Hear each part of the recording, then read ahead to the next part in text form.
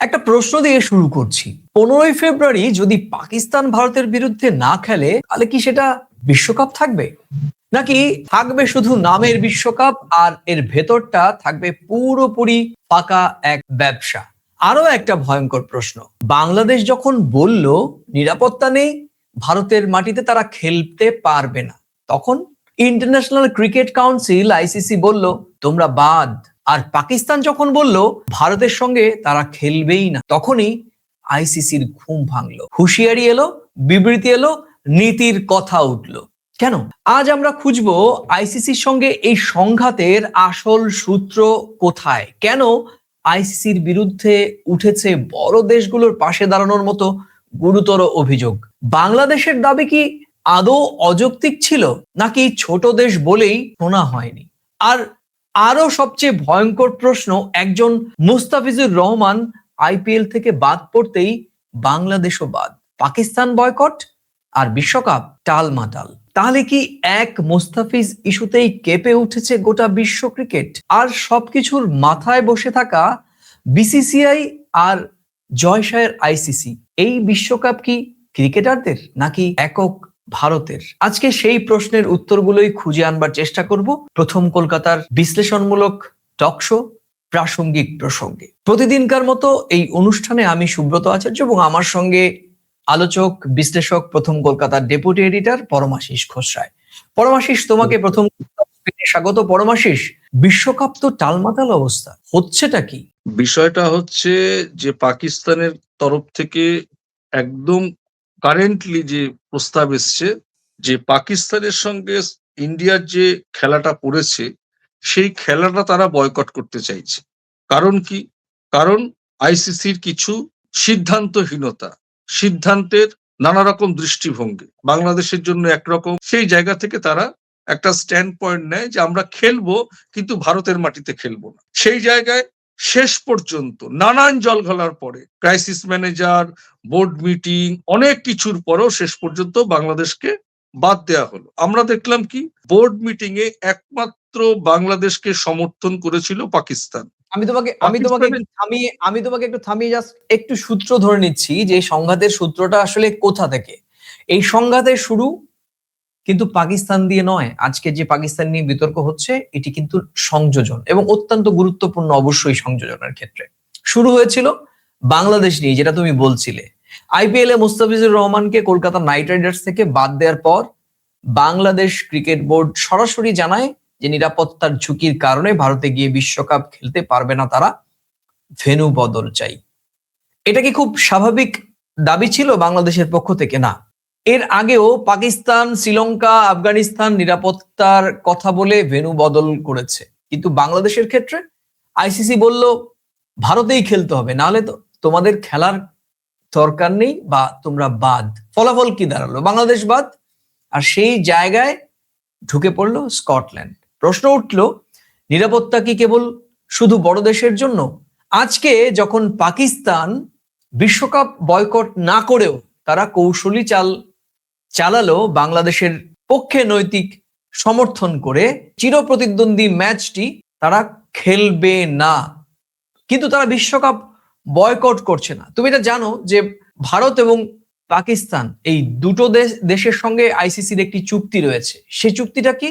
যে এর আগে ভারত যখন নিরাপত্তার কারণ দেখিয়ে পাকিস্তানের মাটি বয়কট করে, তখন একই রকম ভাবে পাকিস্তানের পক্ষ থেকেও বলা হয় তারা ভারতের মাটিতেও খেলবে না। আইসিসি কে তো ক্রিকেটটাকে খেলাতে হবে, বাঁচাতে হবে, ব্যবসা করতে হবে। তাদের সঙ্গে একটি হাইব্রিড চুক্তি হলো যে দুটো দেশের অভ্যন্তরে গিয়ে খেলবে না, তৃতীয় কোনো দেশে খেলবে। এক্ষেত্রে নিরাপত্তার কোনো অজুহাত এখন সামনে আনেনি পাকিস্তান, তবে কি এনেছে বাংলাদেশ। আর উল্টো কৌশল কি? কৌশল ভারতের সঙ্গে ম্যাচ বয়কট। আর এই ম্যাচ বয়কট মানে কি? আইসিসির রোজগার একেবারে তলানিতে চলে যাওয়া। এবার তুমি বলো।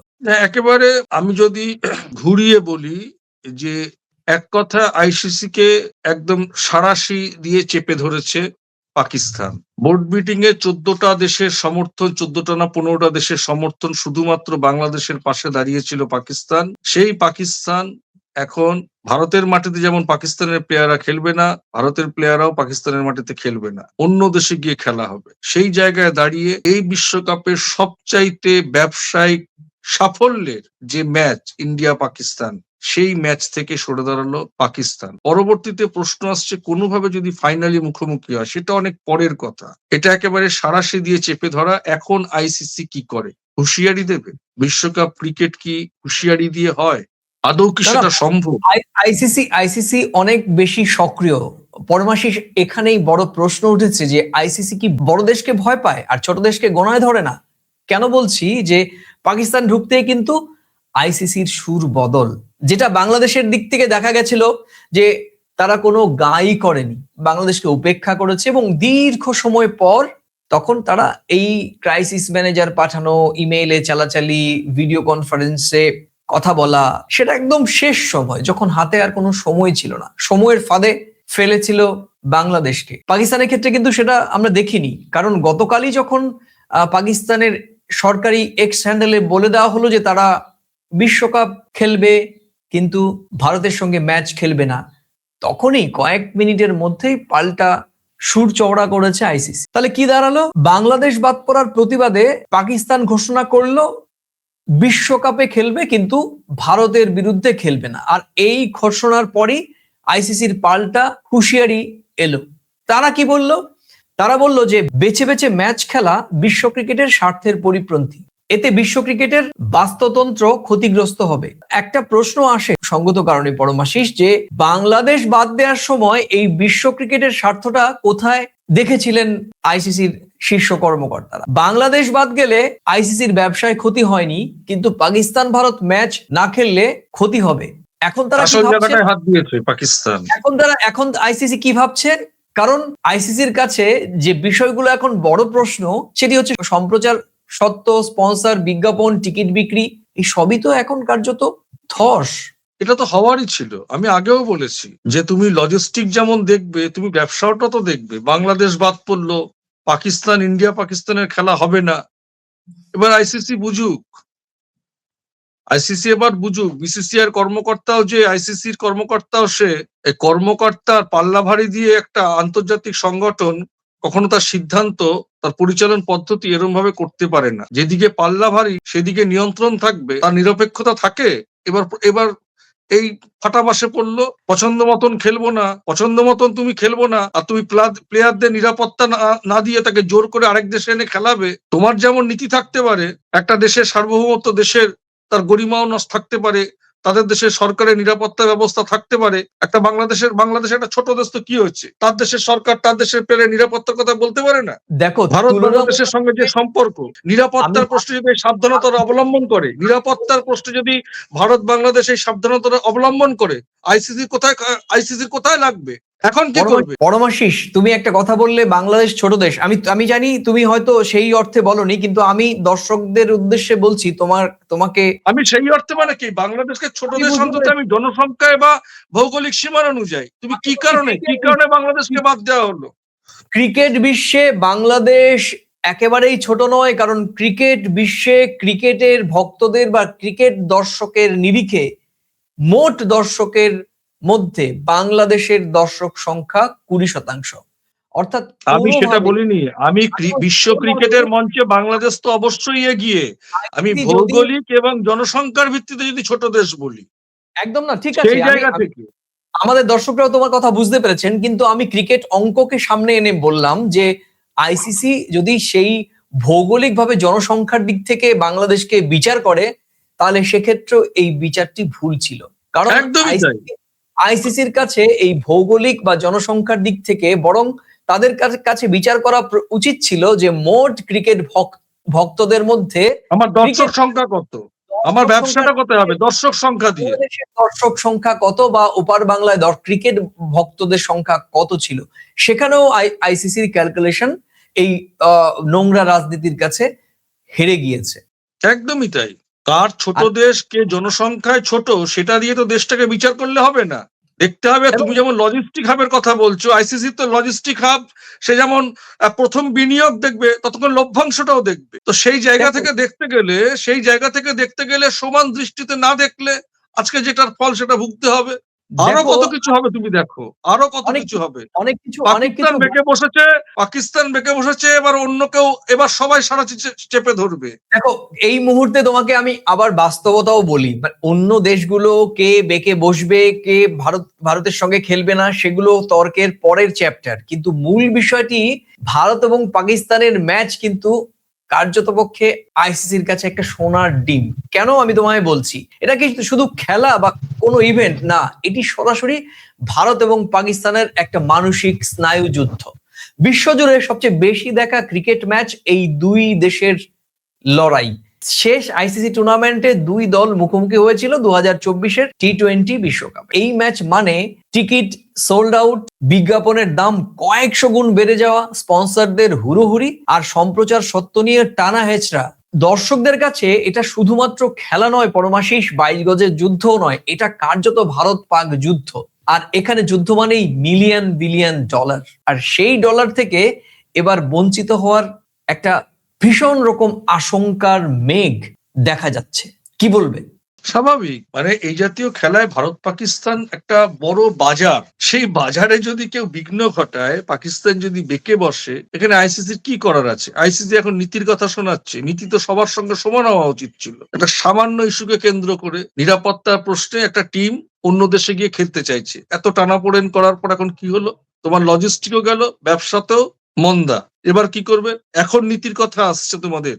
এবং 7 তারিখ তো বোধহয় প্রথম খেলা শুরু হওয়ার কথা। আজকে কত তারিখ? আজকে ওই টানাপোড়েনের পরিস্থিতি। এর মাত্র দায় 5 কে দিন নেবে? বাকি রয়েছে, মাত্র 5 দিন এর বাকি দায় কে রয়েছে। নেবে?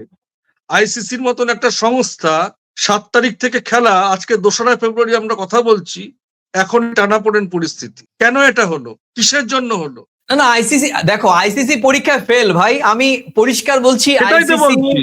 আইসিসি পরীক্ষায় ফেল। 22 গজের যুদ্ধের আগেই আইসিসি হেরে বসেছে, কারণ প্রথমত একদমই তাই। আইসিসির বললাম নৈতিক তো অবস্থান। প্রথমে শুরুতে ভোকারটা। তুমি ব্ল্যাকমেল করবে, তোমাকে আবার এরা ব্ল্যাকমেল করছে। তুমি নেতার নীতির কথা শোনাচ্ছ যে পছন্দ মতন খেলা যাবে না। আর বাংলাদেশের একটা টিম, ব্যাপারে তখন একটা টিম তো নিরাপত্তার জন্য এসে বলতে পারে না যে আমি নিরাপত্তা পাচ্ছি না, আমি অন্য দেশে গিয়ে খেলবো? তখন বাংলাদেশের নীতি আসে ব্যাপারে না। আইসিসি আবার তুমি রিপোর্ট বাংলাদেশের দিচ্ছ, আন্তর্জাতিক মানে নিরাপত্তা সংস্থাকে দিয়ে যে এই থ্রেটিং আসতে পারে। তুমি নিরাপত্তাকে বাংলাদেশ গুরুত্ব দিচ্ছ, তুমি আন্তর্জাতিক সংস্থাকে দিয়ে তুমি তদন্ত করাচ্ছ, রিপোর্টটা সেইভাবে দিচ্ছ, আবার তুমি নিরাপত্তাকে গুরুত্ব দিচ্ছ না।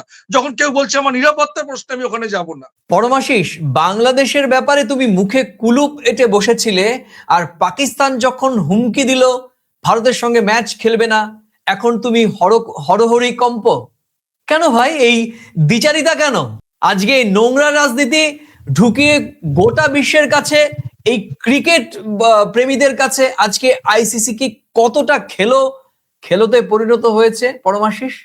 ওই যে বেশি পাল্লা ভারী দৌড়তে যেদিকে গেছে, পাল্লা ভারী, এ তো নিরপেক্ষতা। দুদিক, দু চোখ দিয়ে যদি না দেখো কোনো কিছু, তুমি যেদিকে পাল্লা ভারী তার পক্ষে কথা বলবো। এবার ফলটা বোঝো। দেখো, শুধু আজকের হিসেব যেটা দেখা যাচ্ছে, 15 ফেব্রুয়ারি যদি ম্যাচ পাকিস্তান ভারতের সঙ্গে না খেলে, পাকিস্তানেরও কিন্তু ক্ষতি হবে। সরাসরি যে ক্ষতি হবে, আমি তার একটু ব্রিফ করছি তোমাকে। যে প্রথমত হচ্ছে যে এটা কোটি কোটি টাকার সম্প্রচার ক্ষতি, স্পন্সরদের সঙ্গে চুক্তি দুর্বল হবে, বিশ্বকাপের উত্তেজনা পড়ে যাবে, আইসিসির ব্র্যান্ড ভ্যালু কমবে, পাকিস্তান নিজেও ক্ষতিগ্রস্ত হবে, সরাসরি তারা 2 পয়েন্ট হারাবে, নেট রান রেটে তারা মার খাবে, গ্রুপ থেকে উঠে আসা কঠিন হবে। তাহলে তো পাকিস্তানেরও ক্ষতি হচ্ছে পরমাশিস। হ্যাঁ, পাকিস্তানের তো ক্ষতি হবে। দেখো, এখানে ক্ষতিটা জেনেই তারা এই প্রতিবাদটা করছে। এটাকে বলে নিঃস্বার্থ লড়াই। আমি ভারতের মাটিতে বসে পাকিস্তানের পক্ষে কথা বলছি, নট দ্যাট। আমি ক্রিকেটের স্বার্থ, ক্রিকেটের গরিমা, যারা আমরা ক্রিকেট লাভার, একটা পাকিস্তানের ভালো ক্রিকেট প্লেয়ার যদি ভালো খেলে আমরা তার প্রশংসা করব না? বা পাকিস্তানের কোনো ক্রিকেট দর্শক ইন্ডিয়ার কোনো প্লেয়ারের প্রশংসা করে না? আমরা যখন ক্রিকেট মাঠে বসি, ক্রিকেট খেলা দেখি, সব বিদ্বেষ সবকিছু ভুলে গিয়ে আমরা ক্রিকেটের মাঠে যাই, আমরা ক্রিকেট লাভার হিসেবে। এখানে তো ক্ষতি জেনেই। আজকে বাংলাদেশের ক্ষতি হলো না? তাদের কি অপরাধ ছিল যে তারা একটা নিরাপত্তার কথা ভেবে তাদের একটা উন্নত মানের প্লেয়ার, যাকে ভারত মুস্তাফিজুরকে এত কোটি টাকায় রফা করে কোনো একটা অপশক্তির কাছে থ্রেটিং এর এগেনস্টে, যেটা আমাদের জানা আবার আমাদের অজানা, আমরা বাদ দিয়ে দিলাম চুক্তি করেও। বিসিসিআই। সেই জায়গা থেকে বিসিবি যে সিদ্ধান্ত নিয়েছে সেই সিদ্ধান্তকে তারা নৈতিকভাবে সমর্থন জানিয়েছিল, কিন্তু সেখানেও তারা বিতর্কের মুখে পড়েছে। তারা আজকে প্রমাণ করে দিল যে আমরা ইন্ডিয়ার সঙ্গে খেলবো না, ক্ষতি হবে জেনেও। এটাকেই বলে ক্রিকেট লাভার। আর এখানেই আইসিসির বিরুদ্ধে আবার নতুন করে প্রশ্ন তৈরি হচ্ছে যে তারা কেন শুধু বড় দেশের পাশে দাঁড়াচ্ছে বা বড় দেশকে নিয়ে ভাবছে।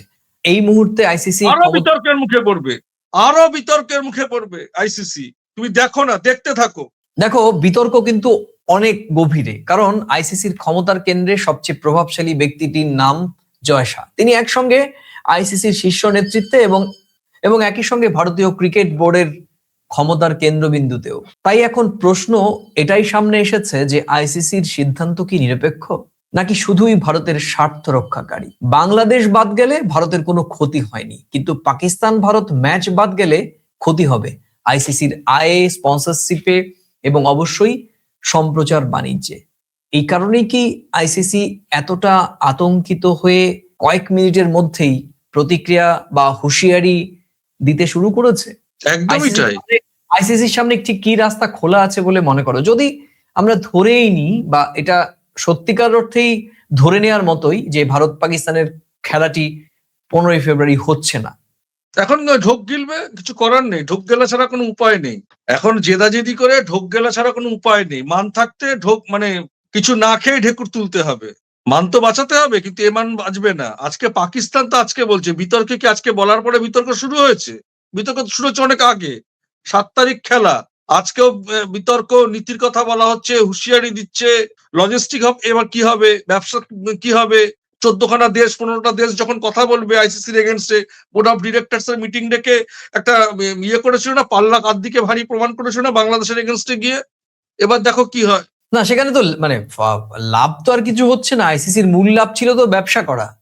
হ্যাঁ, এবার তো দেখো, এবার তো কি হলো। ব্যবসা তলানিতে গিয়ে ঠেকবে, তো কি করবে তখন? বিতর্কে জড়ালো, নিরপেক্ষতা নিয়ে প্রশ্ন উঠলো এবং ব্যবসায় সফলতা গেল। এরপর জয় শাহ তার চেয়ার ধরে রাখতে পারবেন তো? কি হয় এটা আর বলতে বাকি রাখে? কি হয়, পরিস্থিতি কি হয় যখন তুমি তোমার কোনো একটা যে কোনো জায়গায় বেসিক্যালি দেখো যে একটা কমিটি, তারা একটা কাজ পরিচালনা করবে। পরিচালনাতে বিতর্ক, পরিচালনাতে নিরপেক্ষতা নিয়ে প্রশ্ন, পরিচালনাতে লজিস্টিক ভাব নিয়ে একটা বিতর্ক তৈরি হচ্ছে, আবার ব্যবসায়িক সাফল্য হচ্ছে না, অন্যরা এগেনস্টে কথা বলছে। তখন সেই কমিটির মূল্যায়ন কি ভবিষ্যতে খুব পজিটিভ জায়গায় থাকবে? আমার তো মনে হয় না। কেন্দ্রীয় স্বরাষ্ট্রমন্ত্রীর ছেলে, অমিত শাহের ছেলে জয় শাহ হতে পারে, তার বাবা একজন বড় রাজনীতিক, সেটা একটা অন্য পথ, অন্য জায়গা। কিন্তু ক্রিকেট নিয়ামক সংস্থা তো ভারতের রাজনীতির জায়গা না। একদমই তাই। আমরা শেষের দিকে যাচ্ছি। পরমাশিস, আবার সেই বাংলাদেশ প্রসঙ্গ, আবার সেই মোস্তাফিজ ইস্যু। দেখো পরমাশিস, একজন মোস্তাফিজ কিন্তু গোটা বিশ্বকাপটাকে পুরো টালমাটাল করে দিয়েছে। আমি বলবো একজন মুস্তাফিজুর রহমান নয়, বরং মুস্তাফিজুর রহমান একটি সত্য এবং ন্যায়সঙ্গত যৌক্তিক ঘটনা, যা বিশ্বকাপের সামনে রীতিমতো এক দৃষ্টান্ত তৈরি করেছে এবং সেই দৃষ্টান্তের মুখোমুখি এই মুহূর্তে বিশ্বকাপের নিয়ন্ত্রক সংস্থা আইসিসি। কি হলো? একজন মুস্তাফিজ আইপিএল থেকে বাদ গেলেন, বাংলাদেশ সরে গেল, পাকিস্তান ভারতের ম্যাচ বয়কট করলো, বিশ্বকাপ এখন সংকটে আর বিব্রত জয় শাহর আইসিসি। এটার ক্রিকেট নয় পরমাশিস, এটা এখন এক ক্ষমতার অপব্যবহারের অস্ত্র। ছোট দেশ বললে বাদ, আর বড় দেশ বললে আলোচনার টেবিলে বসো। এই দ্বিচারিতা আজ আইসিসি কে কাঠগড়ায় দাঁড় করিয়েছে। শেষ করব শুধু একথা বলেই পরমাশিস, তোমাকে অনেক ধন্যবাদ। বাংলাদেশ বলেছিল নিরাপত্তা চাই, পাকিস্তান বলছে ন্যায় চাই, আইসিসি বলছে ক্রিকেটের স্বার্থ। কিন্তু প্রশ্ন একটাই, ক্রিকেট আসলে কার? খেলোয়াড়দের নাকি কর্পোরেটদের? যদি ভারত পাকিস্তান ম্যাচ না হয়, বিশ্বকাপ হবে ঠিকই, কিন্তু উত্তেজনা থাকবে না, গল্প থাকবে না, আর আইসিসি লাভ অনেকটাই কমে যাবে। আর আজ এই প্রশ্নটাই তাই সামনে আসছে, বিশ্বকাপের জন্য ক্রিকেট নাকি ক্রিকেটের জন্য বিশ্বকাপ? প্রিয় দর্শক, আজ এই পর্যন্তই। আবার দেখা হবে নতুন কোনো প্রাসঙ্গিক প্রসঙ্গের বিষয় নিয়ে। আর এই ভিডিওর কোন অংশের সঙ্গে আপনি সহমত বা পুরো ভিডিওর মন্তব্যগুলোর সঙ্গে আপনি ভিন্নমত কিনা মন্তব্যের কলমে লিখে জানাতে পারেন। আর একই সঙ্গে ভিডিও ভালো লাগলে নিজেদের মাঝে শেয়ার করে ছড়িয়ে দিতে পারেন। তাহলে আজ এই পর্যন্তই, আবার দেখা হবে। ততক্ষণ ভালো থাকুন, সুস্থ থাকুন, নিরাপদে থাকুন। নমস্কার। নমস্কার।